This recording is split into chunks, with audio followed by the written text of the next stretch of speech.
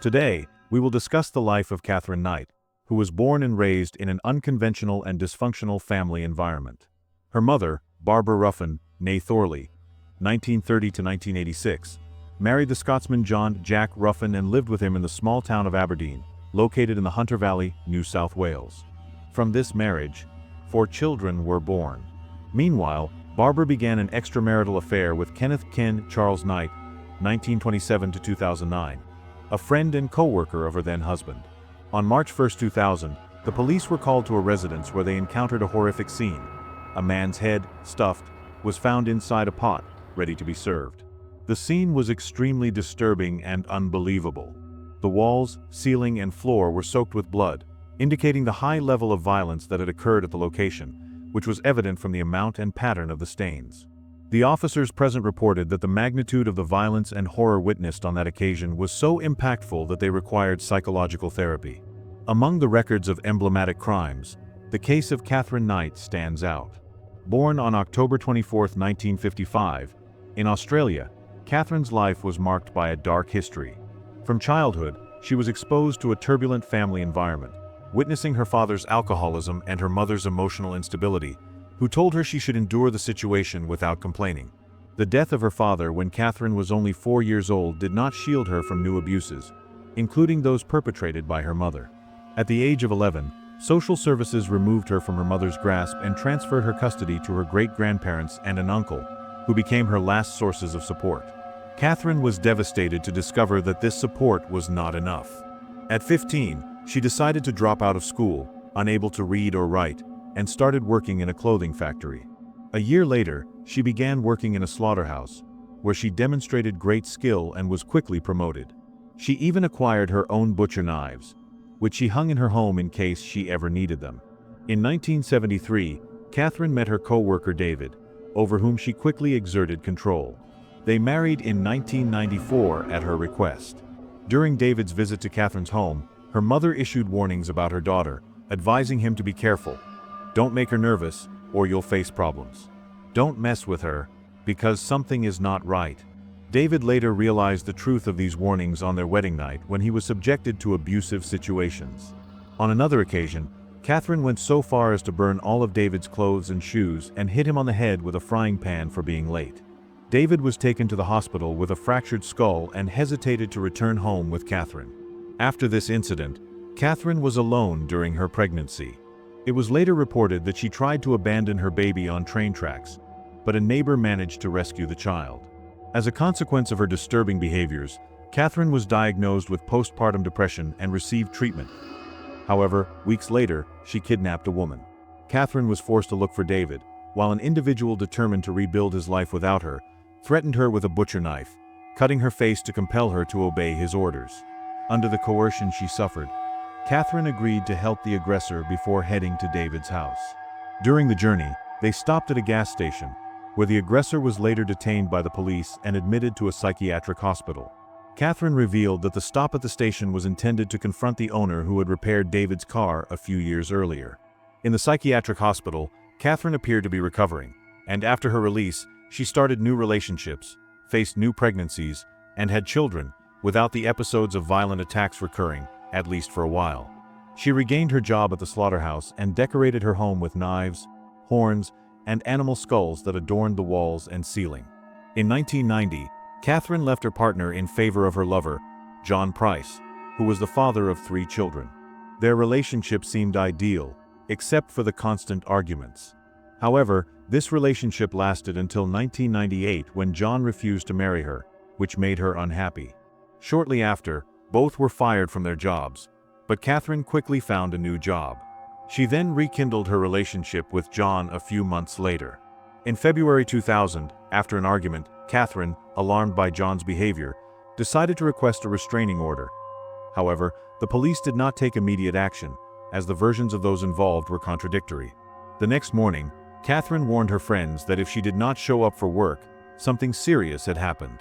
That same night, Katherine, intending to reconcile, appeared at John's house, preparing a romantic evening. After changing, she sat next to him, and after moments of intimacy, she planned her attack. She strategically placed knives around the house, and when John fell asleep, Katherine attacked him, stabbing him with a butcher knife. John tried to defend himself and escape but was unsuccessful. Some of the injuries were inflicted while he was trying to escape, with traces of blood found in different parts of the house, including the front door, indicating his desperate attempt to flee. Once John succumbed to the severity of his injuries, Katherine proceeded with her horrendous acts, using her skills to tie him to the bed. As a slaughterhouse worker, she completely disregarded his body, treating it with the same contempt and coldness she had employed in managing her previous relationships. This process was meticulous and required a high level of anatomical knowledge, along with considerable physical strength. After carrying out her horrific act, she proceeded with a macabre plan of dismembering parts of John's body, intending to cook and serve them after decomposition. The head was placed in a large pot, accompanied by potatoes, cabbage, pumpkin, and onions, as if preparing a stew. The dishes were set on the dining room table, and grimly, next to each one, she left notes with the names of John's children, intending to serve them the stew made from their own father. Fortunately, the children were not home that night. After some time, John's friends began to express concern over his lack of communication, as he was known to be a reliable and punctual employee. His absence from work was therefore entirely atypical behavior, which alarmed his colleagues. Moreover, John's friends were aware that he maintained a turbulent relationship with Katherine. In conversations with his friends and colleagues, John had expressed his fears about her, mentioning that he had been previously assaulted and had tried to end the relationship on several occasions, but the threat of retaliation had stopped him. He even asked his friends to stay alert because he did not fully trust her, commenting that if something happened to him, she would likely be responsible. John's absence that day served as a warning sign. His partner, worried, repeatedly tried to contact him but received no response. The anxiety grew, as John was always accessible and used to communicate in case of any eventuality. The situation became even more alarming when his boss, unable to reach him, decided to send one of the employees to his residence. That morning, a neighbor passing by John's house noticed something unusual as they approached. Upon closer inspection, the neighbor saw fresh bloodstains, which alarmed him deeply, indicating that something serious might have occurred at the residence. He knocked on the door and tried calling John, but received no answer. Although unaware of all the details of John's life, the neighbor knew about the problems he was facing, which heightened his concern. Associating the stains with a potential violent incident, the neighbor did not hesitate to inform the authorities, corroborating the concerns previously raised by John's co-workers. This notification was included in the call made to the authorities. The police colleagues were dispatched to intervene quickly and arrived at the crime scene. Upon reaching John's residence, the officers encountered a scene that seemed straight out of a horror movie.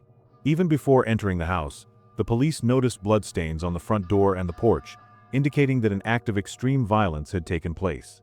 When they tried to open the door, which was locked from the inside, it became clear that someone had sealed the entrance, raising the officers' concerns. When they finally managed to access the interior of the residence, nothing could have prepared them for the horrific reality they found. The police witnessed one of the most disturbing crime scenes ever recorded. The walls, ceiling, and floor were covered in blood, which evidenced the extraordinary level of violence perpetrated at the location. The amount and pattern of the bloodstains revealed the brutality of the act. John's body was present and had been grotesquely dismembered, with his torso hanging from a meat hook. In the kitchen, a large pot was found in which Katherine had cooked John's head along with vegetables. The scene was indescribably macabre, with the pot still warm, suggesting that the cooking had occurred shortly before the police intervened.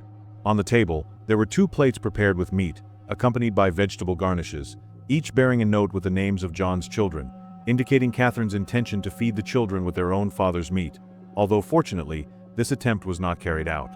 The police also found a handwritten letter from Katherine, in which she tried to justify her actions and labeled John as an abuser and villain. When the officers found Katherine, she was unconscious in bed, having ingested an overdose of pills, which seemed to be an attempt to escape the consequences of her act. She was transferred to the hospital, where she physically recovered but faced the legal implications of her actions. Katherine Knight was sentenced to life imprisonment without the possibility of parole on November 8, 2001. This decision made her the first woman in Australia to receive such a sentence.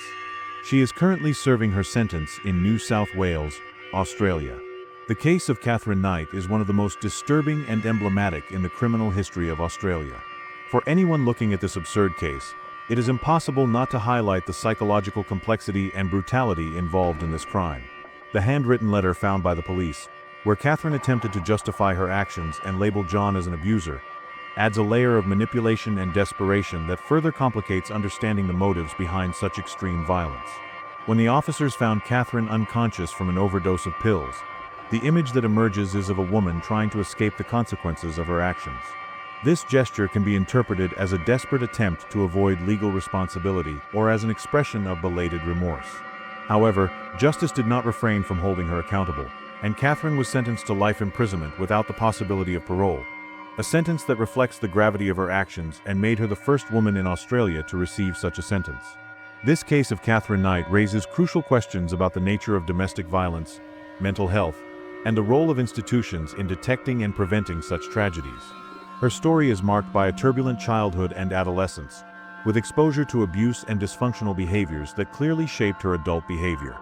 This, however, does not justify the monstrosity of the crime committed.